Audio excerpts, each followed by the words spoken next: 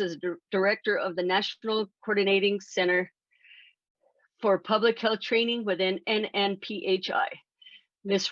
Ransom was appointed as a Presidential Management Fellow and worked at the CDC for almost 20 years. For the last 10 years of her service, Ms. Ransom led CDC's public health law-related training and workforce development efforts. She received her law degree from the University of Alabama, her MPH from Emory University, Rollins School of Public Health, and her executive leadership coaching certificate from Georgetown University. In addition, she has received a certificate in training and facilitation for the Association of Talent Development and the DEI in the Workplace certification for the University of Florida. An award-winning coach, speaker, and public health practitioner, Ms. Ransom was selected as one of the 5 most influential coaches of 2021 by Entrepreneur Mogul, was an ABA Health Law Section's 2019 Champion of Diversity and Inclusion Awardee, and was the 2017 recipient of the American Public Health Association Jennifer Robbins Award for Practice of Public Health Law. She is currently the president of the American Society of Law, Medicine, and Ethics, and serves on the advisory council for the Georgia Campaign for Adolescent Power and Potential. Ms. Ransom also serves as a capstone faculty at Walden University School of Health Sciences and Public Policy, and teaches public health law at the University of Miami School of Medicine, Department of Public Health. She is a global speaker, peer-reviewed published author, and co-editor of the textbook, Public Health Law, Concepts of Case Study. Welcome to our webinar. Thank you. Thank you so much for that introduction. I am so honored to be here. Good morning, Arizona. I'm going to share my screen.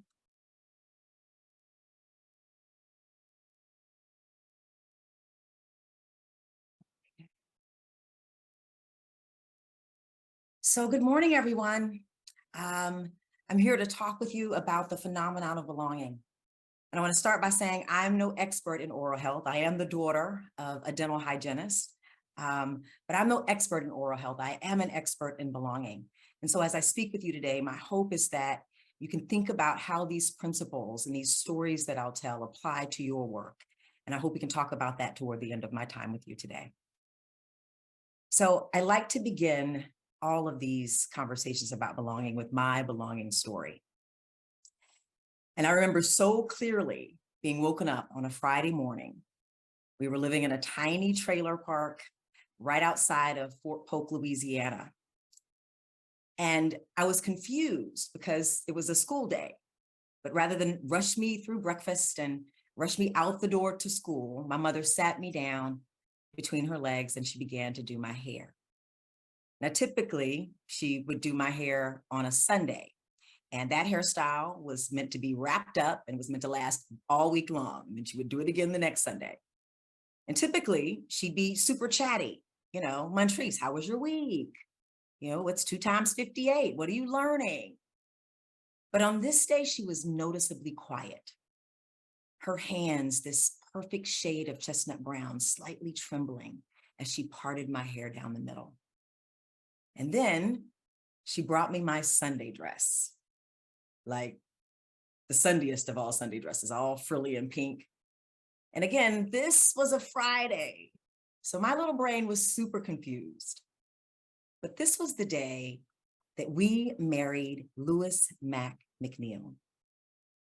And when I tell this story, I always say we got married. And I talk about it as our wedding because they always made me feel like we were a team of 3, like we belonged to each other. Our ceremony was beautiful. Just the 3 of us in a tiny brown church. We stood and took vows for better or for worse, for richer, the vows.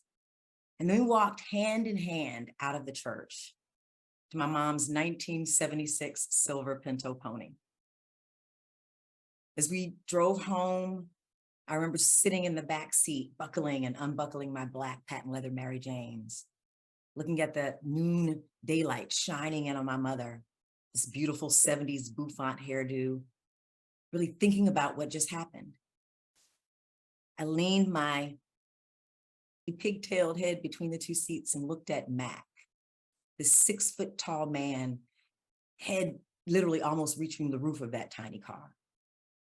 And I looked at him and I said, I understand now.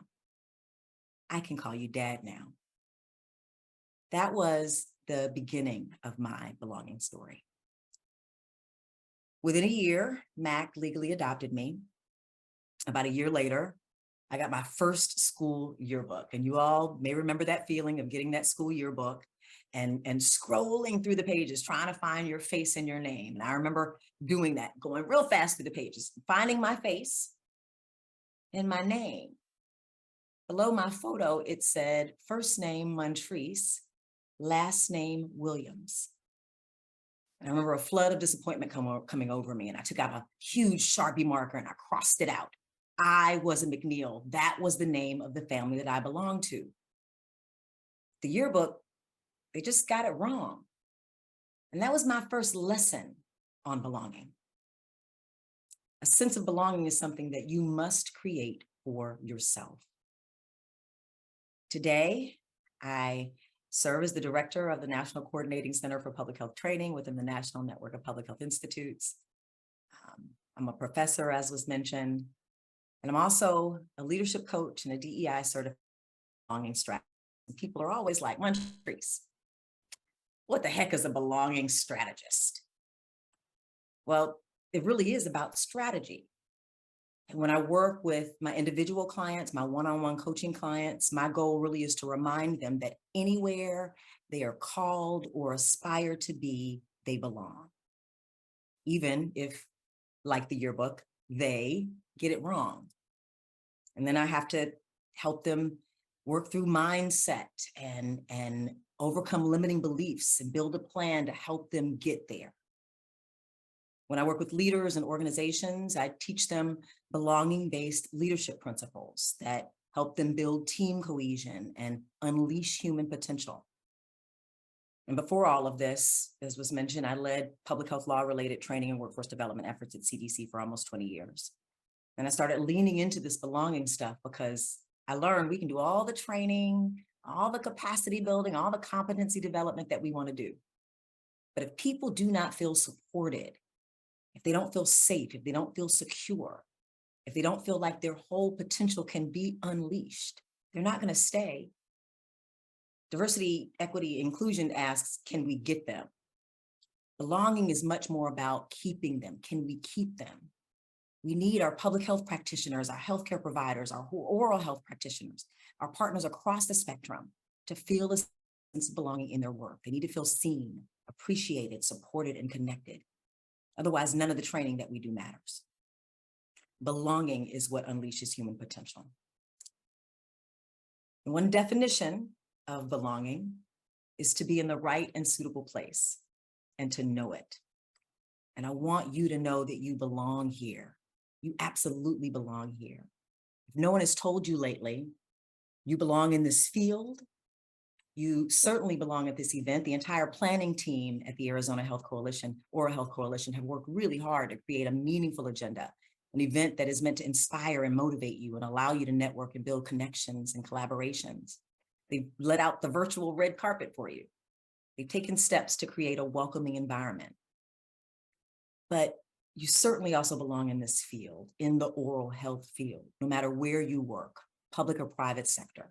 No matter what you do, whether you're a dental hygienist, a dental therapist, a dental assistant, a dental lab tech, community dental health coordinator, no matter what type of work you do across the oral health and public health spectrum, you belong here.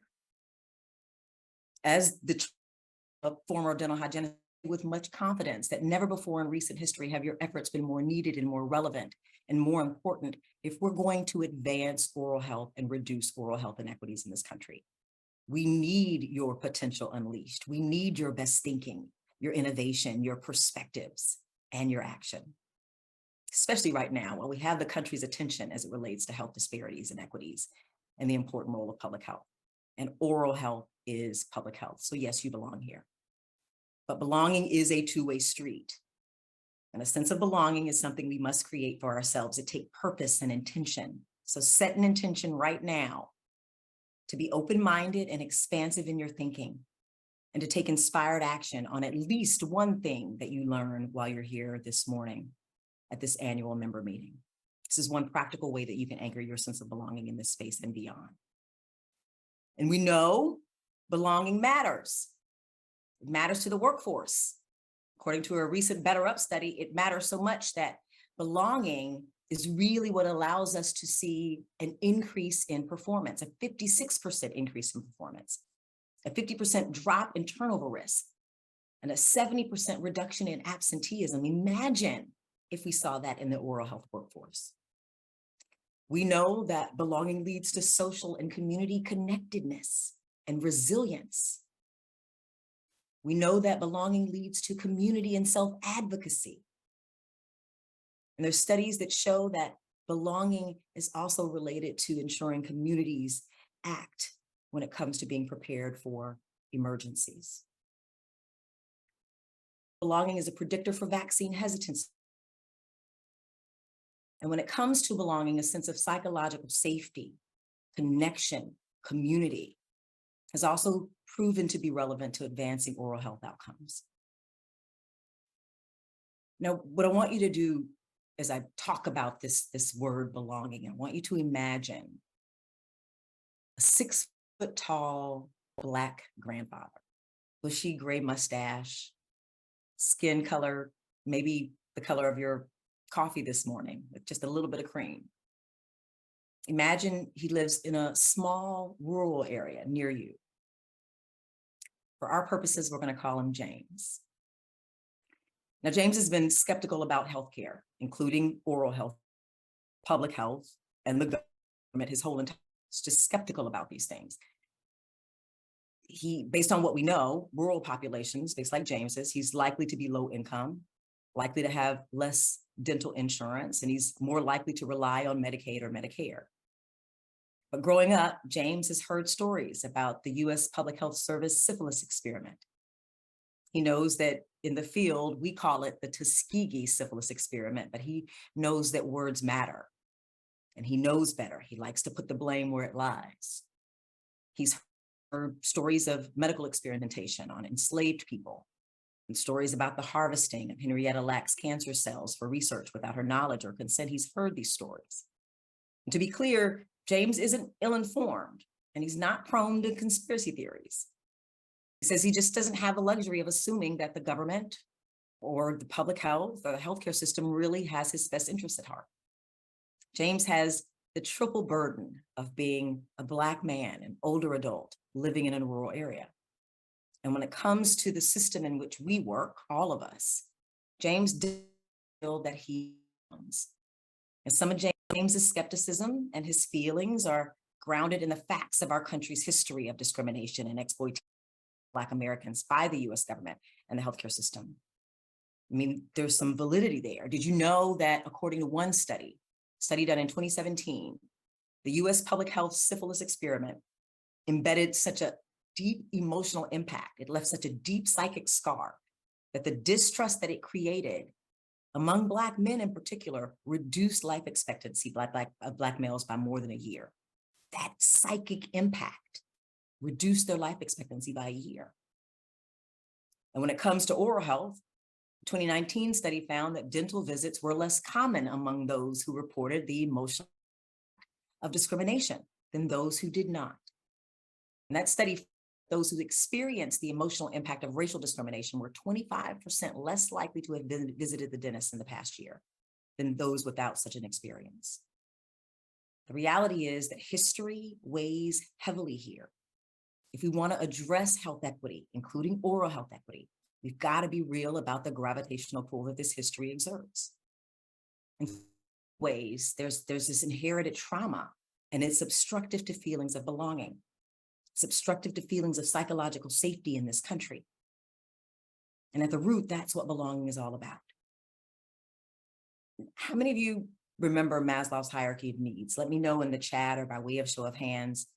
I remember learning about it in the 8th grade, but for those of you who don't remember, or to make sure we're all on the same sheet of music, Abraham Maslow was a 1940s human psychologist.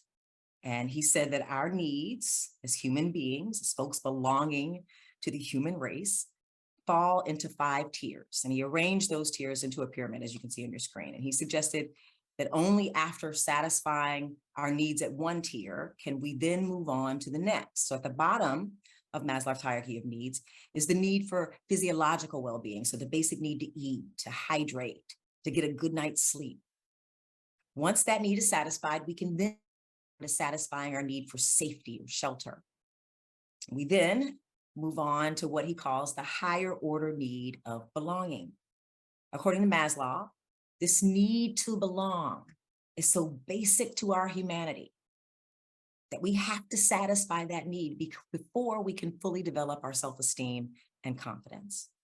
And the development of self-esteem and self-confidence must occur before we can reach full potential, or as Maslow calls it, self-actualization. That's how important a sense of belonging is to all of us as humans. At this point, I'd like to ask my audience to tell me what belonging means to you. Think for a second. As I say this word, what does belonging mean to you? Belonging really is an experience.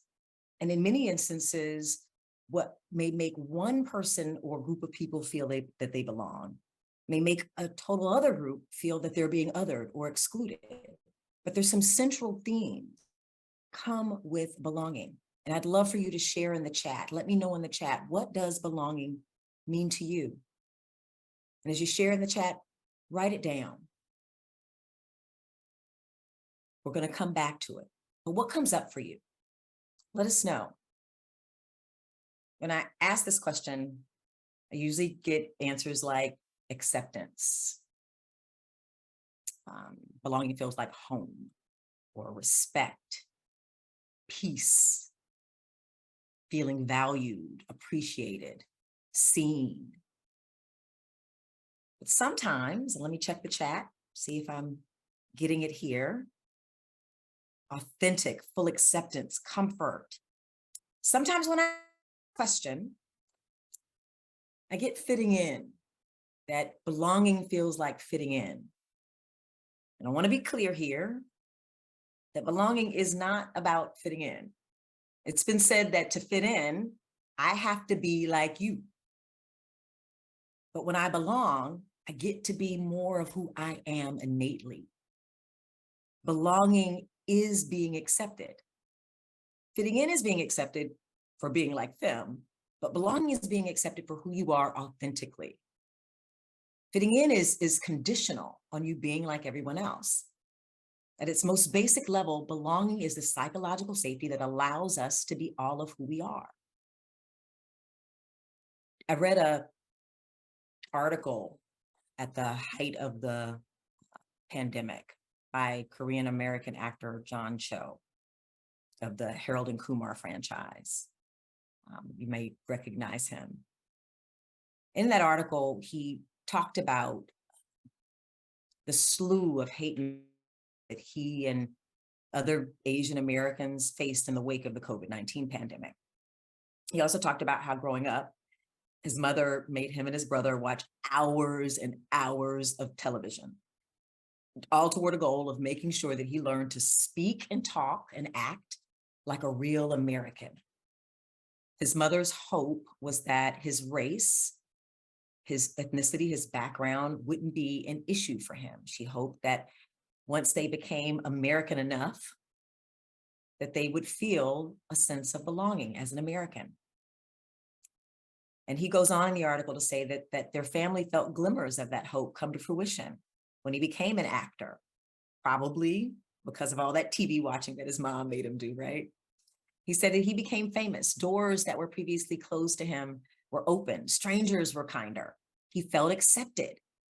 He felt like he belonged. But then here comes COVID-19. And there was that onslaught of hate crimes and comments against Asian Americans. And this raised the question for him, is my belonging in America conditional? Have my efforts, all this work we've been doing, efforts to fit in, been in vain? In his words, one moment we're Americans, and the next we're all foreigners who brought the virus here. But Cho knows A sense of belonging is something we must create for ourselves. We create it for ourselves. He closed the article by saying that he claimed the citizenship that his parents wanted for him. He's an American and he spent his lifetime earning it. So he's not going to let anybody tell him that he's not. He belongs because he knows he belongs. He says he's earned it. It got me to thinking. The truth is, not all of us have to earn it, right? I mean, there is this implicit privilege that comes with belonging to certain groups, particularly in the United States, but really across the globe. For some, there's an embedded sense of mattering, of belonging. And to be transparent, that this sense of mattering, of belonging in and of itself is privilege and not an unconditional expectation for all people in this country, surprises many of my friends that aren't people of color. And yes, each of us, all of us, every single one of us can think of a moment in our lives where we felt like we didn't belong. It's not a feeling we forget, but for some of us, that feeling plays out every single day. And when it comes to belonging, privilege isn't always about the presence of a thing. It's really much more about an absence, that in absence of the worry that your motives for being anywhere will be questioned rather than accepted without scrutiny. See, an absence of being seen as a threat simply by being. It's the absence of the need to cover or code switch or put on a mask to fit in the workforce or the field. It's the absence of that sinking, visceral feeling you get when you continuously hear about health disparity after health disparity impacting your community. And despite working in the field, you feel powerless to really move it forward. Privilege is the absence of the default feeling of otherness, of being less than many of us in marginalized, or as I like to say, historically excluded community feel. And that's a feeling that is sort of ubiquitous. It's kind of in the air right now in this era. So much of what's happening in our country today serves to embed in the soul of many of us that we don't belong in the gym or at the grocery store or in the park or on the highway or at our places of work or even our own homes. And this impacts not only our sense of belonging in this country, but it necessarily impacts oral health, our physical health, and our mental health as well. Did you all know that according to data from the Census Bureau, within a week of George Floyd's death, anxiety and depression among Black and Asian Americans shot to higher rates than experienced by any other ethnic groups? And I like to point this out because this includes the folks that you work with. These mental health statistics, especially when coupled with the disproportionate impact that we saw that COVID had on Black and Brown Americans, really provided evidence of what many folks in public health have been saying for decades and what research has continued to show. Racism is a public health issue. The racism and the discrimination that folks in marginalized populations experience in our daily lives create stress that affect our internal and our overall physical health. And the body keeps score. Study after study show that this stress results in a higher prevalence of chronic disease, such as high blood pressure, asthma, and diabetes, and shorter lifespans. And I know you see the impact in your work in oral health. This quote by Will Jawando, who's a Montgomery County, Maryland council member, really sums it up for me. He says, whether it's police-involved killings or disparate health outcomes where Black American patients can't get treatment because they're not seen as being sick, or financial redlining in certain zip codes, food deserts, or people of color getting hit by cars more often because their communities aren't walkable. It's all ultimately due to racism. And you all know this, when you consider most public health issues, including oral health, you'll find striking disparities based on race. And these disparities are not the result, as one state senator has suggested, they're not the result of poor hygiene.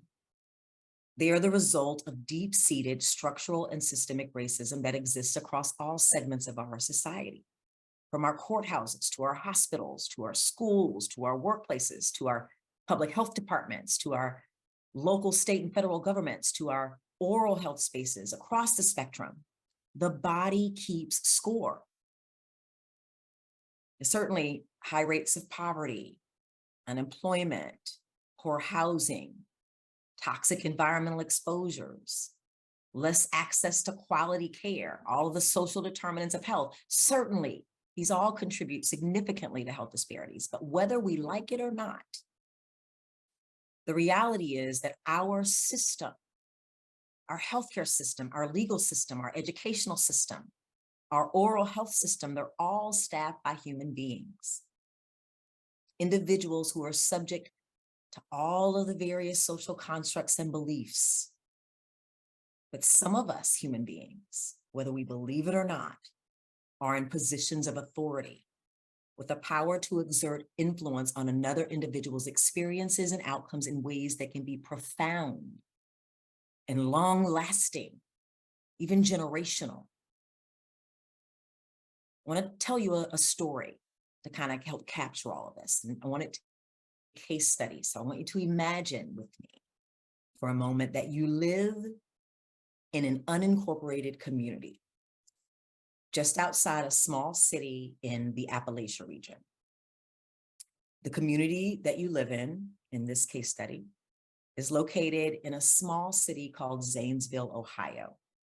It's in the southeastern part of the state, and it's a tiny, majority Black community located just a few miles outside of the city center. The street that you live on is called Coal Run. Your community is called Coal Run because it's named after the road on which you and most of the community live. And this area is the site of a formerly robust mining industry that through the years has been totally diminished. But your community sits right on top of a long abandoned coal mine that left behind pollution, which in turn contaminated the groundwater. Your home lacks running water, so you have a well. But if you try to get water from that well, it looks like, well, again, like maybe the color of your morning coffee with just a little bit of cream. So you and you have to rely on alternative methods to obtain safe water for cooking and drinking and bathing. To get by, you collect rainwater and melted snow from your rooftops in buckets and cisterns that quickly get filled with insects and vermin. You save your dishwater for use after multiple meals. You buy water from the nearby water treatment plant 10 times more than others in your area, those who have access to public water. You and your neighbors, you sit on your porch and you swap war stories. One of your neighbors tells you how as a child, his parents would fill their bathtub and not change the water until 5 of the 10 children in the family had bathed in an effort to conserve the water that had been trucked in those buckets and cisterns. You tell them how even you only do laundry on the days that it rains. Until 2002, the 21st century, you and most of your neighbors still used outhouses. Your community spends 50 years trying to get access to public water. So someone tells you, you should talk to your county commissioner. So you do, you call your county commissioner. And he tells you that your neighbors and you, that you won't get good water until the president drops spiral bombs and they hit good water in the community. That same commissioner tells you that your great-grandchildren would be lucky to have access to running water. So then a neighbor suggests that you contact the local health department. And when you do, the staff member who answers the phone tells you, well, honey, you're just gonna have to dig a well. But you know you shouldn't have to dig a well. There are water lines literally flowing throughout the county. Coal Run is literally surrounded by publicly administered water lines. So as you're listening to this story, as I tell this story, folks tend to be thinking, oh, those poor people. And yes, they were poor. But Coal Run, your community in this case study, if you're riding along with me, was possibly the only majority Black community in the county. In 2002, the county Muskogum County, Ohio, was 94% white and about 4% Black. And guess where the majority of the 4% of the Black residents lived? Coal Run. So this treatment, this discrimination was definitely based on economics and socioeconomic status, but it was also based on race. So you and your neighbors, you decide to file a complaint with the Ohio Civil Rights Commission in 2002, asserting a pattern and practice of discrimination that violated federal fair housing laws. The commission, after taking years of conducting its investigation, finds clear evidence that race, the fact that the residents of Coal Run were Black, was a factor in the local government's decision not to give you and your neighbors in this case study access to public water. Just think about how that impacts your sense of belonging. Now, this is a true story with three overlapping dimensions from my perspective. The first is obviously public health. The second is health equity, and the third is the law. The public health dimensions should draw your attention to the social determinants of health, those structural, economic, cultural, and political factors that order relationships, that assign social status to member populations, that distribute money and power and other resources, and that really build or disrupt communities. In the case of Coal Run, the social determinants concern their standing within their community as Black residents, the complicated infrastructure that allocates water across communities, and it's super complicated. I remember learning about it in law school. And also the socioeconomic conditions of the community that resulted from the loss of the coal mining industry, and the environmental degradation that resulted from years of coal mining in the community. The story also draws our attention to health equity, this idea, this principle that all of us should have access to the resources and the social conditions that we need to ensure that we can maximize our health. In the case of the Coal Run story, we see that the reason the community had a strong discrimination case was that compared to their white counterparts, they were unable to get access to a resource that was critical to their survival. They weren't able to get access to water. But because of their race, because they lived in a poor community, a rural community, because of their location in an operated Muskogum County, they were subject to conditions that burdened their pockets, that stripped them of a great deal of time and money, increased their stress levels, and obviously put their health, including their oral health, at risk. But as was said in the intro, I'm a lawyer. So it's also important for me to point out the third dimension to the story, which is the law. And law plays a central role in impacting health in two ends. It shapes the context in which we live, learn, work, play, and worship, and age. It shapes our neighborhood, our environment, our housing, our social environment. But it also has the power to distribute resources, to make things that we need to live more healthy lives more accessible. We saw in Coal Run how legal intervention was necessary, but the reality is those kind of legal interventions may not always be the best approach. They take a long time, a lot of money, and that narrow one-off adversarial proceeding is often not in the best interest of the community. But sadly, stories like Coal Run are not as rare as we'd like to think.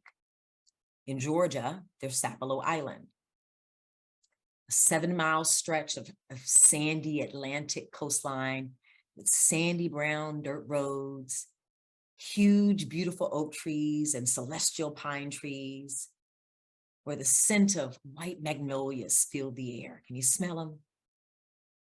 It's been called Georgia's most fascinating barrier island. There's no access to basic public health services, basic oral health services, no access to sanitation or emergency services. When someone on the island needs a medical evacuation by helicopter, their neighbors have to form a makeshift landing site by positioning their vehicles in a circle so that their headlights are on shining and make a landing site. There's nobody trained to fight fires. Residents have to haul their own trash, and the disposal site that they haul it to isn't properly maintained. But on the mainland portion of the county that includes Sapelo Island, McIntosh County, Georgia, the roads are paved, or at least smoothly packed, no sandy brown dirt roads. Residents can call for firefighters or ambulances and they come directly to their doors. Garbage is picked up at their curbs. So in 2015, the residents of Sapelo Island filed a federal lawsuit alleging that despite having paid property taxes and other government fees, just like the mainlanders, that the county and the state of Georgia had systematically starved the island of the resources that they needed by refusing to provide essential services, services that are standard in other, and crucially, wider parts of the county.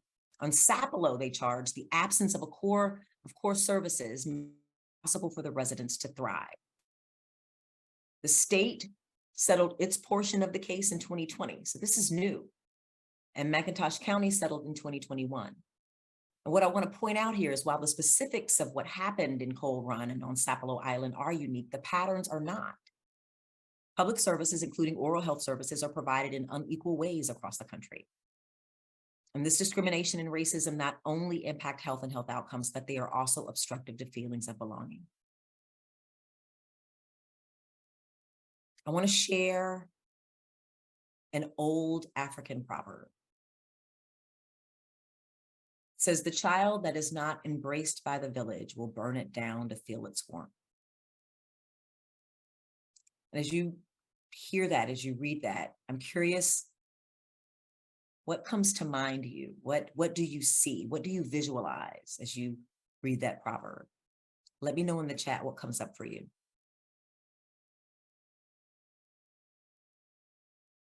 I know for me, it's the protests of the summer of 2020. I see them as a visual depiction of this proverb in real time. The seemingly continuous killing of unarmed Black people right in the middle of a pandemic. Pandemic that again has had a dramatically disparate impact on Black and brown people.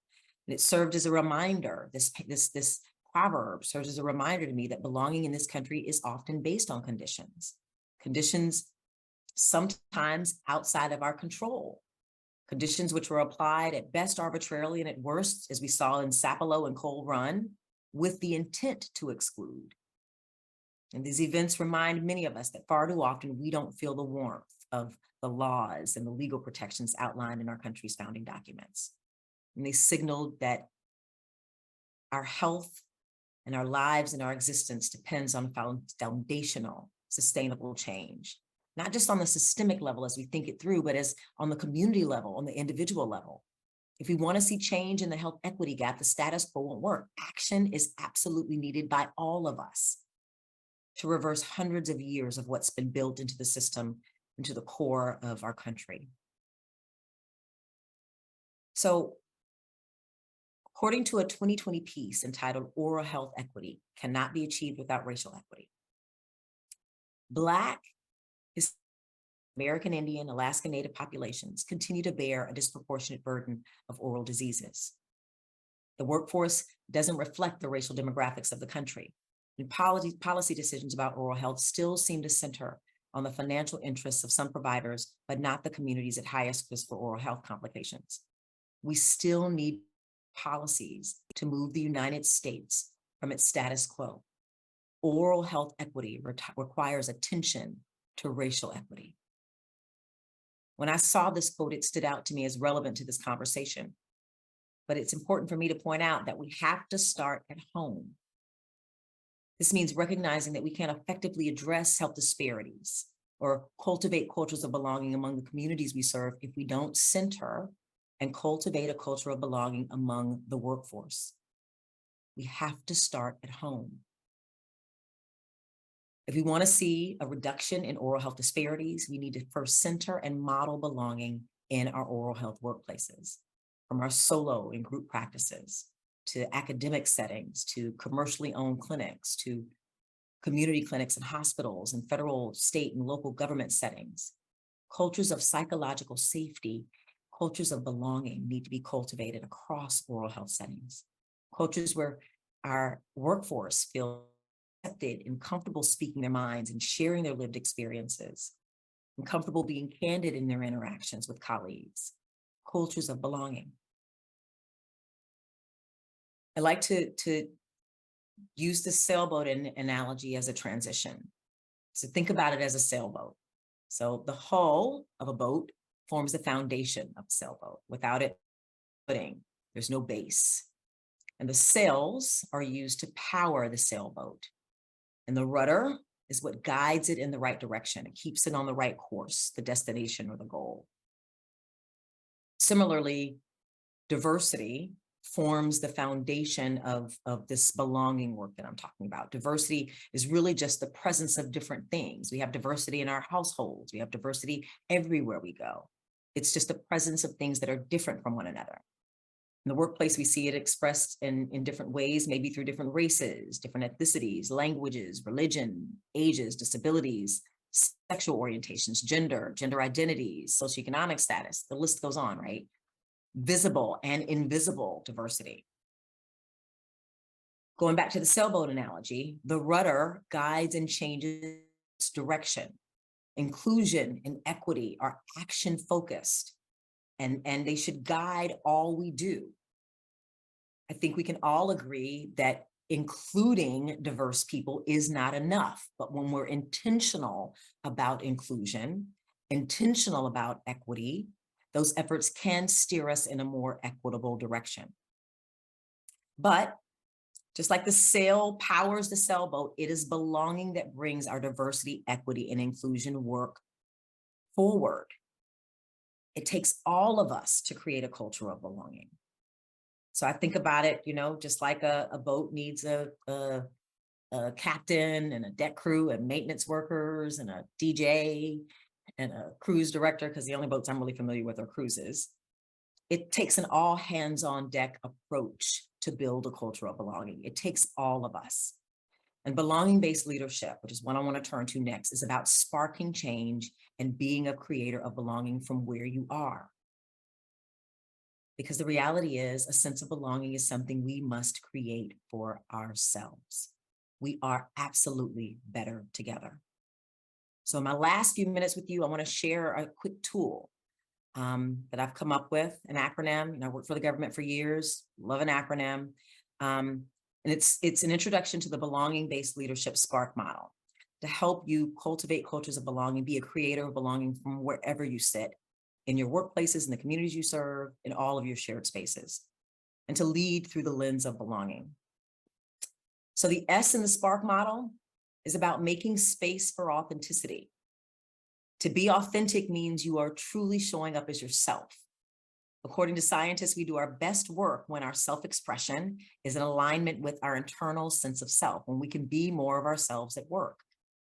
And for people to feel that alignment, that freedom to be more of themselves, you included, you need to create an environment that fosters and supports authenticity at work. Because most of us hide, or at least have hidden or not expressed parts of our most authentic selves. And that's exhausting, and it prevents us from moving the mission forward. The P in the SPARK model is all about being PC. And when I say be PC, folks think I mean being politically correct. But no, I mean being people-centered, being personally compassionate, and being professionally competent in the 21st century. It's really about leading with empathy. It's about being willing to have those crunchy and racy conversations that allow you to build a more personally compassionate culture in the workplace. It requires recognizing that people must be prioritized over production. Because the reality is that people are the most important asset to any organization, any group or shared space. It should be about the people. People are the public in public health, and I think we sometimes forget that. When it comes to community engagement, being PC looks like remembering that everything we do impacts a person, somebody like James. So that's why I like to add in the 21st century, in the inter-pandemic world, because I'm not quite convinced that we are in the post-pandemic phase, being PC really comes down to being professionally competent and putting people back in the work we do in public health. The A in the SPARK model is about acceptance. When I asked you what belonging means to you, many of you said acceptance. Belonging really at its heart is about acceptance. And think about how it feels when your peers and your colleagues accept you for who you are. When I work with my one-on-one clients, executive leaders in particular, I have that acceptance does not mean approval. Acceptance is not about making an excuse for bad behavior. Acceptance is recognizing the truth about someone without trying to fight it. It's leaning into their strengths. Acceptance does not necessarily mean agreeing with them or that you don't counsel or coach them. Doesn't mean that you necessarily approve of their behavior or their actions or way of being. It also doesn't mean that you downplay their impact or their way of being on the workplace or on the capacity to get work done. But centering acceptance means that you're not making it so that people feel tokenized or tolerated or othered. And there's strategies, mindset shifts for that. Because we all want to be accepted for who we are. We all want to be comfortable being our most authentic selves in this world. So the R in the Spark model is about representation. And I know we all know the importance of representation, as my mother say, see it, you can be it. But representation is purposely including and centering those from populations and communities that we have historically excluded. Representation is what opens doors for opportunities and voices and lived experiences to be heard and embraced. It opens the door for new perspectives and ways of doing things. It's about being seen for who we are authentically. But more importantly, it's about seeing yourself reflected at the very highest positions in an organization, in our political system, and at the tables where decisions are being made. Because what we see becomes a part of our existence. It becomes a part of our memory. It becomes possible. What we see shapes the way we see the world. It makes us biased toward believing it's absolutely possible. It helps us to really be more engaged. There's studies that show that people are much more engaged and committed and productive when we see and can identify and see ourselves represented in those who have succeeded and visualize ourselves doing the same. And this is true across the spectrum of visible and invisible diversity. So the fourth element in the belonging-based Spark model is representation. And the K in the Spark model is about knowing what's below. It's about doing the work to identify, uncover, address, and overcome your biases. And if you don't already know this, if you're breathing, you are biased. We're all biased. I'm biased, you're biased. If you've been living in this country for any period of time or educated in this country, you're biased. Every single one of us has biases and prejudices that affect how we view the world and the people in it. Some of us are explicitly racist and sexist and classist or homophobic. And folks like that know it and they don't care. But implicit bias is much sneakier and it impacts our work and it impacts public health in ways that we don't often acknowledge. It includes attitudes and stereotypes and that social programming, that's those social constructs that we carry and project onto others, but we're not always aware of. And I want you to know you, as oral health practitioners, are in positions of authority where your bias can impact and influence people's health outcomes in ways that you may not be aware of. So this is why knowing and overcoming your biases is the fifth element of the leadership Spark model. And this is life work. I'm still doing the work of identifying, uncovering, and overcoming my biases. It happens regularly. I have to check myself and ask myself, is that decision or is that choice of language, is that based on bias? So it's important work that we continue to do. It's a journey. So that's the Spark model. If you're interested in doing a deeper dive, I offer a QR code here where you can get a Spark model checklist and learn more about it. You can access the checklist there, and I'll make sure that I share this with the planning committee. So I want to remind you all, as I get ready to exit the stage, that you belong in this space, but belonging is a two-way street. It's up to you to be a creator of belonging, and I hope that I've offered something that will inspire you to move your belonging journey forward. I want to kind of close out with something that's a little bit different. I'm often asked in my role as the director of the National Coordinating Center for Public Health Training what my vision is of the future public health workforce. And I remember thinking, who am I to have a vision for the entire public health workforce, right? Like, the director of a national coordinating center for public health training. And it occurred to me that yes, my lived experiences have value. My expertise as a lawyer have value. My experience in the field of public health for 20 years as a Black woman have value. And I really sat down and thought about my vision of the future public health workforce.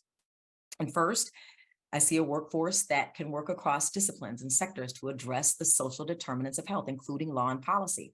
Law is a social determinant of health. I think it may be the most significant social determinant of health because it undergirds every single other social determinant of health out there. And the truth is, whether it's embodied in constitutions, statutes, regulations, executive orders, administrative agency decisions, or court decisions, the law plays a profound role in shaping our life circumstances and in turn, our health. And the reality is, as I often like to say, there is no public health in this country. Second, I see a workforce that is competent in applying principles of equity and social and racial justice and belonging across public health policies and practice. And third, I see a workforce that is prepared to serve as advocates for public health. Because if we didn't learn anything else from COVID, we learned that policymakers in this country do not allocate resources or pass laws to address inequities because of our sound science or our data or our surveillance information, right? No, they respond to social movements. They respond to economic implications and they respond to pressure. So I see a workforce that knows that their voice belongs in places where laws and policies impacting public health, and specifically for this purpose, oral health, are being developed, created, and implemented. I see a workforce who is primed and ready to put on the pressure. This is about advocacy and developing a workforce of advocates. So I have a way that I close this out, but I've kind of shifted a little bit, and I want to flip the script here with you. Hopefully some of you saw the Emmy Awards late last year and the coverage of Miss Cheryl Lee Ralph as she won her award, finally after almost 5 decades of being a singer, songwriter, actress, all the things. But rather than say her award speech, she showed up as her unique, authentic self and she sang it. Now, I'm not a singer, so I won't sing it to you, but I want to share with you the words that she offered. She said, "I'm an endangered species. I'm a woman, I'm an artist, and I know where my voice belongs." I heard this and the coach in me said, "That's an affirmation." I immediately said, okay, this is what I want to share. I want to share this with this audience. I want you to use this as an affirmation, as something to take with you. And I know that, well, maybe you are, but I'm assuming many of you are not artists and some of you are not women. But I know you all care about advancing oral health and reducing health inequities in Arizona, or you wouldn't be in this space. So here's the affirmation I want to offer you. You can say it with me. I am a proud member of the Arizona Oral Health Corps. I am called to apply my unique perspectives, skill sets, and talents to advance oral health and reduce oral health inequities among the people of Arizona. And I know where my voice belongs. Now, if we were in an open space, you'd be saying it loud, and I'd probably be saying, say it louder. But in this moment, I'd love for you to screenshot it, to write it down and say it until it feels true for you, because this is what people like James need from us.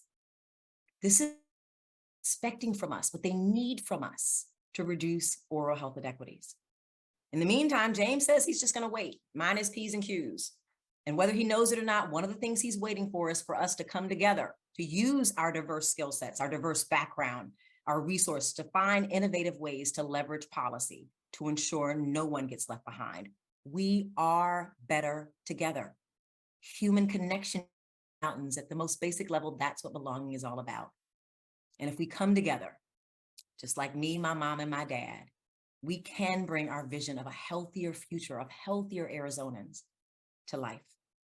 And if we do this work, it might be 10, 20, 30 years from now, but I believe folks like James will thank us, just as I thank you for your time and this opportunity to share my thoughts with you today. And may you always remember that anywhere you're called or aspire to be, you belong. Thank you.